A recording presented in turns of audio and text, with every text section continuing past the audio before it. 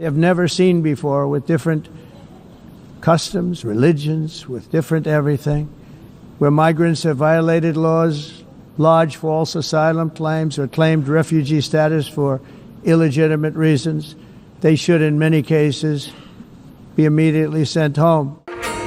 Welcome back बड़ी सत श्री अकाल। आज प्रेसिडेंट डोनाल्ड ट्रंप ने यूनाइटेड नेशंस जनरल असेंबली को एड्रेस किया। मैं तो कहता हूँ एड्रेस नहीं, धो डाला भाई।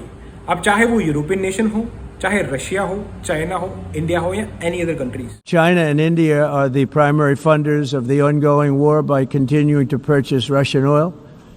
But inexcusably, even NATO countries have not cut off much Russian energy and Russian energy products, which, as you know, I found out about 2 weeks ago, and I wasn't happy. Think of it. They're funding the war against themselves. Who the hell ever heard of that one? इस addressing में उन्होंने कुछ ऐसे खास point उठाए जिसको वो तो पूरा उन्होंने टारगेट किया, जैसे वॉर से रिलेटेड, टैरिफ से रिलेटेड, इमिग्रेशन। भाई इमिग्रेशन का तो उन्होंने मुद्दा ऐसा उठाया है, मुझे लगता है कि इस स्पीच के बाद पूरी दुनिया में इमिग्रेशन से रिलेटेड काम शुरू होने वाला है, हर कंट्री में। तो migrants be ready. Millions of people came through that southern border. Just a year ago, millions and millions of people were pouring in, 25 million altogether over the 4 years. I encourage all countries to take their own stand in defense of their citizens as well. देखो, mostly politicians जो होते हैं वो घुमा के बात करते हैं। प्रेसिडेंट डोनाल्ड ट्रंप डायरेक्ट, मतलब बंदा सामने खड़ा है, सामने बेइज्जती कर देते हैं। ऐसी स्पीच थी आज की, और जिसने, मैं बोलता हूँ, एक लहर होती है ना। अब देखो, लड़ाइयाँ लगी हुई हैं पूरी दुनिया में, और प्रेसिडेंट डोनाल्ड ट्रंप कह रहे हैं कि यूनाइटेड नेशंस ने तो कुछ किया ही नहीं, मैंने 7 जंगें रुकवाई हैं 7 महीनों में, और यूनाइटेड नेशन का मुझे कॉल तक नहीं आया। तो किस काम का? यूनाइटेड नेशन मेरे को सिर्फ एक खराब एस्केलेटर और एक खराब टेलीप्रॉम्प्टर, इससे उन्होंने शुरुआत की थी अपनी स्पीच की। These are the 2 things I got from the United Nations, a bad escalator and a bad teleprompter. Thank you very much. Everyone says that I should get the Nobel Peace Prize for each one of these achievements. In a period of just 7 months, I have ended 7 unendable wars. They said they were unendable. This includes Cambodia and Thailand, Kosovo and Serbia, the Congo and Rwanda, a vicious, violent war that was, Pakistan and India, Israel and Iran, Egypt and Ethiopia, and Armenia and Azerbaijan.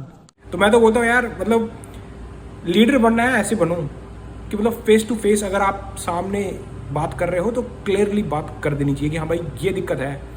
अब उन्होंने war, climate change को तो उन्होंने ऐसा धोया है कि मतलब दुनिया का विश्वास उठ गया कि भाई क्लाइमेट चेंज भी कुछ हो रहा है, ऐसा कुछ होता है।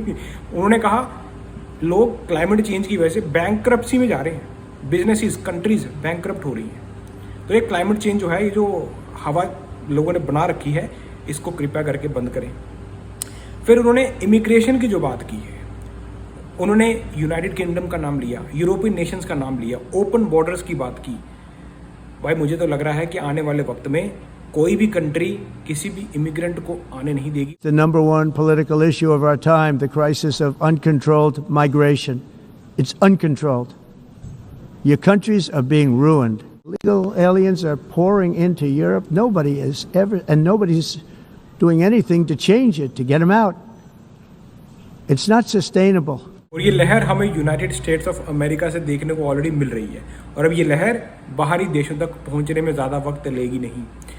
और ख़ास करके इलीगल इमिग्रेशन जो है, जिस तरह से प्रेसिडेंट डोनाल्ड ट्रंप ने बताया कि पिछले कुछ सालों में यूनाइटेड स्टेट्स ऑफ अमेरिका में करीब 25 मिलियन लोग इलीगली एंटर हुए हैं, हम उनको बाहर निकाल रहे हैं। लेकिन जब से मेरी एडमिनिस्ट्रेशन आई है, ट्रंप एडमिनिस्ट्रेशन आई है, हमने लास्ट 4 महीनों में 0 इलीगल इमिग्रेंट्स की एंट्री एनकाउंटर की। मतलब कोई आ ही नहीं रहा, बंद कर दिया है, किसी को एंट्री नहीं मिल रही। और अगर कोई आता है तो उसके लिए हमने जेल रखी है और वापस उसी कंट्री में भेज दिया जाएगा जिस कंट्री से वो आए हैं। Our message is very simple. If you come illegally into the United States, you're going to jail or you're going back to where you came from, or perhaps even further than that. You know what that means? तो मतलब ऐसी जब speech आप सुनते हो ना, तो बाकी कंट्रीज़ भी, उनको भी लगता है कि यार जब उनके भी लोग ऐसे ही बोलना शुरू कर देंगे तो प्रेशर बनता है पॉलिटिशियंस पर, तो पॉलिटिशियंस को भी जाकर ऐसा ही कुछ एक्शन लेना पड़ता है इलीगल इमिग्रेंट्स के लिए। और मुझे लगता है कि अब आने वाले कुछ साल, अमेरिका में तो ऑलरेडी एंटी इमिग्रेशन चल रहा है, बाकी कंट्रीज में भी शुरू हो जाएगा भाई। European nations, all of you are gathered here right now, would have to join us in adopting the exact same measures. I mean, you're much closer to this. We have an ocean in between. You're right there. And Europe has to step it up. They can't be doing what they're doing. They're buying oil and gas from Russia while they're fighting Russia. जो आज का address उन्होंने United Nations को किया, मतलब ऐसा लग रहा था कि किसी इंसान को सामने बिठा के नंगा कर दो। मतलब मतलब सच कह रहा हूँ, ऐसी बेइज्जती की है आज। अब जब उन्होंने वॉर की बात की, उन्होंने कहा कि जिस तरह से वॉर लगा है, स्पेशली यूक्रेन और रशिया का जो उन्होंने बात किया, उसमें उन्होंने चाइना का नाम ले लिया, इंडिया का नाम ले लिया, यूरोपियन यूनियन का नाम ले लिया और कहा कि आप लोग इनसे रशियन ऑयल ले रहे हो, रशियन एनर्जी ले रहे हो, आप इनडायरेक्टली सपोर्ट कर रहे हो इस वॉर को। मतलब फेस टू फेस सामने एकदम बिठा के, बोलते ना बिठा के बेइज्जती करना, वैसा कर दिया आज प्रेसिडेंट डोनाल्ड ट्रंप ने। China and India are the primary funders of the ongoing war by continuing to purchase Russian oil. But inexcusably, even NATO countries have not cut off much Russian energy and Russian energy products, which, as you know, I found out about 2 weeks ago, and I wasn't happy. Think of it. They're funding the war against themselves. Who the hell ever heard of that one? ये भी बताया कि इसी वजह से मैं tariff लगा रहा हूँ। जितने भी नेशंस इस तरह का काम कर रहे हैं, जैसे रशियन ऑयल को ले रहे हैं, उनको सपोर्ट कर रहे हैं, हम आप पर टैरिफ लगा रहे हैं। तो ये उनका कारण था। Everyone says that I should get the Nobel Peace Prize for each one of these achievements. But for me, the real prize will be the sons and daughters who live to grow up with their mothers and fathers, because millions of people are no longer being killed in endless and unglorious wars. अपनी तारीफ करते हुए कि मुझे Nobel prize मिलना चाहिए, जिस तरह से मैंने 7 जंगें 7 महीनों में रुकवाई हैं, लेकिन फिर भी मुझे चाहिए नहीं। मैं तो चाहता हूं कि लोग जो मर रहे हैं, स्पेशली सोल्जर्स, अब चाहे हम रशिया और यूक्रेन की बात करें तो दोनों तरफ सोल्जर्स मर रहे हैं। मैं नहीं चाहता कि फैमिलीज जो हैं इस दर्द से गुजरे। मैं चाहता हूं कि किलिंग बंद हो और ये जंगें रोक दी जाएं। और ये जंगें तभी रुकेंगी जब European union, China, India and other countries जो रशिया को सपोर्ट कर रही हैं, वो सपोर्ट करना बंद कर दें। बेसिकली जिस तरह से रशियन एनर्जी को यूज़ किया जा रहा है, तो वो आप बंद करोगे तभी ये जंग रुक पाएगी। अदरवाइज तो कोई मतलब नहीं कि यूरोपियन यूनियन एक तरफ जो है वॉर रुकवाने की बात कर रहा है और दूसरी तरफ रशिया से ही ऑयल ले रहा है। अब उनकी बातों में भी दम तो है यार, ऐसा तो नहीं कह सकते कि हम वो अपने से बना के बोल रहे हैं। प्रेसिडेंट हैं यार यूनाइटेड स्टेट्स ऑफ अमेरिका के, उनको पता है चीज़ें तभी वो बोल रहे हैं। तो ये एक तरह से अच्छा भी है कि वो साफ साफ बात कह देते हैं सामने, मतलब बिठा के सभी कंट्रीज को बिठा के सामने बता दिए कि भैया ये तुम गलत कर रहे हो सुधर जाओ। उन्होंने क्लाइमेट चेंज के ऊपर जो तीर मारा ना, उन्होंने कहा देखो जितने भी कंट्रीज़ हैं जो क्लाइमेट चेंज की बात करती आई हैं, जैसे उनमें से यूनाइटेड स्टेट्स है, यूरोपियन यूनियन है और भी अदर कंट्रीज़ हैं, उन्होंने कहा कि देखो आप तो काम कर रहे हो, लेकिन अब चाइना और अदर कंट्रीज़ जो इस तरह का पोल्यूशन फैला रही है, अब हवा तो ग्लोबली चलती है, अब वहाँ से जो पॉल्यूटेड एयर है वो तो अमेरिका में भी आ रही है, वेस्टर्न देशों में भी जा रही है और बाकी अदर देशों में भी जा रही है। उनका क्या? Border strong, and we have a shape, and that shape doesn't just go straight up. That shape is amorphous when it comes to the atmosphere. And if we had the most clean air, and I think we do, we have very clean air. We have the cleanest air we've had in many, many years. But the problem is that other countries, like China, which has air that's a little bit rough, it blows. And no matter what you're doing down here, the air up here tends to get very dirty because it comes in from other countries where their air isn't so clean. And the environmentalists refuse to acknowledge that. कहा वैसा ही काम पानी के साथ है। अब अगर हम बात करें बाकी देशों में जो लोग गार्बेज डाल रहे हैं, इतना कुछ गंद डाल देते हैं ओशियंस के अंदर, अब अमेरिका में बीच में खाली सिगरेट फेंक दो तो भाई मतलब वो तो क्राइम ही हो गया। तो प्रेसिडेंट डोनाल्ड ट्रंप का कहने का ये मतलब है कि काफ़ी कुछ चीज़ें क्रेजी हो रही हैं, लेकिन एक तो होना कि सभी एक ही पेज पे आके काम करें। एक कंट्री पूरा क्लाइमेट चेंज की बात कर रही है और दूसरी जो चाइना जैसी कंट्री है वो माल बना बना के बेच रही हैं, इतना पोल्यूशन फैला रही हैं, उनकी कोई बात नहीं कर रहा और वो फ्लरिश भी हो रही है। बिल्कुल सही है यार, जितनी फैक्ट्रीज हैं सब मेड इन चाइना में है, वहाँ से माल बनता है, यहाँ पर आकर बिकता है। पैसा तो चाइना कमा गया, ये सारे क्लाइमेट चेंज करते करते रह गए। मतलब उनका ये पॉइंट ऑफ व्यू है, प्रेसिडेंट डोनाल्ड ट्रंप का कहने का ये मतलब है। Same thing with garbage. In Asia, they dump much of their garbage right into the ocean.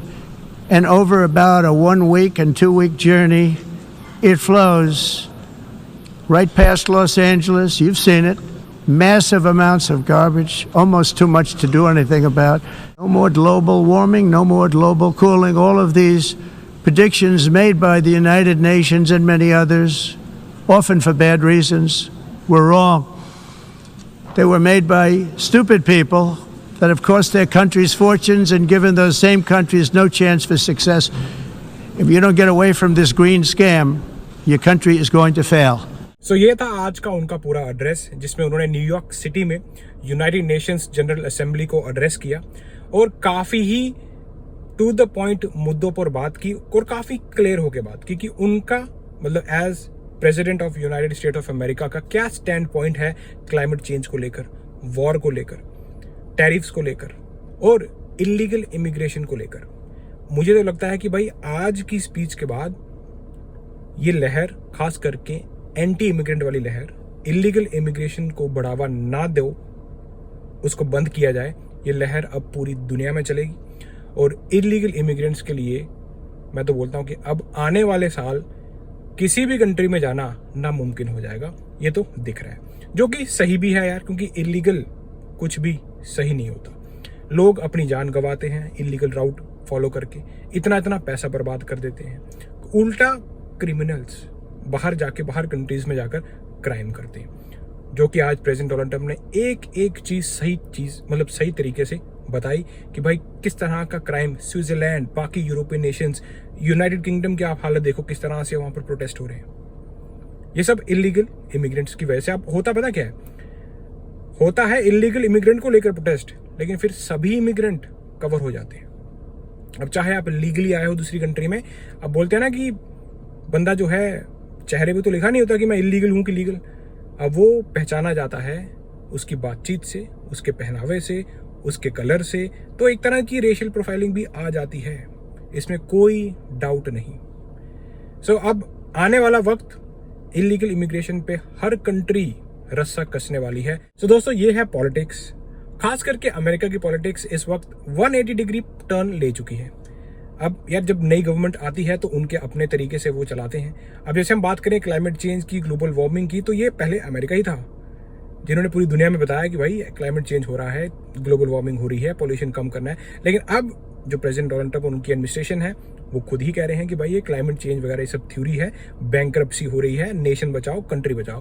तो अब इसका इम्पैक्ट पता क्या हुआ आगे आने वाले वक्त में, अगर सभी कंट्रीज अपना अपना सोचने लग गई, मतलब वही बात हो जाती है कि भाई मुझे मेरा खाना चाहिए, तुम भूखे मरो, मुझे फर्क नहीं पड़ता। तो अब ये वही बातें हैं, अपना अपना बचाओ भाई, क्लाइमेट चेंज हो रहा है, हो लेने दो, कोई दिक्कत नहीं, क्योंकि अगर हम नहीं करेंगे तो चाइना कर रहा है। तो ये पूरा स्पीच वो उन्होंने समझाने की कोशिश की कि भाई देखो बेवकूफ़ मत बनो, अपने आप को, अपने देश को, अपनी कंट्री को बचाओ, बैंकरप्सी होने से बचाओ। और अगर हम इमिग्रेशन की बात करें तो कभी अमेरिका को कंट्री ऑफ इमिग्रेंट्स बोला जाता है और आज इमिग्रेंट्स को ही बहुत ज़्यादा दिक्कत है। अब देखो, अब चाहे आप इलीगल हो लीगल हो, भाई दिक्कत तो सबको है। ऐसा तो है नहीं कि भाई जो लीगल लोग आए हैं उनको डर, उनको चैन की नींद आ रही है, डर नहीं है। डर सबको है भाई, छोटी सी ट्रैफिक वायलेशन डिटेन करवा सकती है। तो ये है दोस्तों पॉलिटिक्स। और अब देखते हैं आगे दुनिया में और क्या क्या देखने को मिलेगा। पर एक चीज़ तो कंफर्म है, इमिग्रेंट ये जो वर्ड है ना, ये बहुत कुछ झेलने वाला है आने वाले वक्त में। सो बी प्रिपेयर्ड। अब मिलता हूँ आपको ऐसी किसी इंटरेस्टिंग वीडियो में नेक्स्ट। देन चको फटे।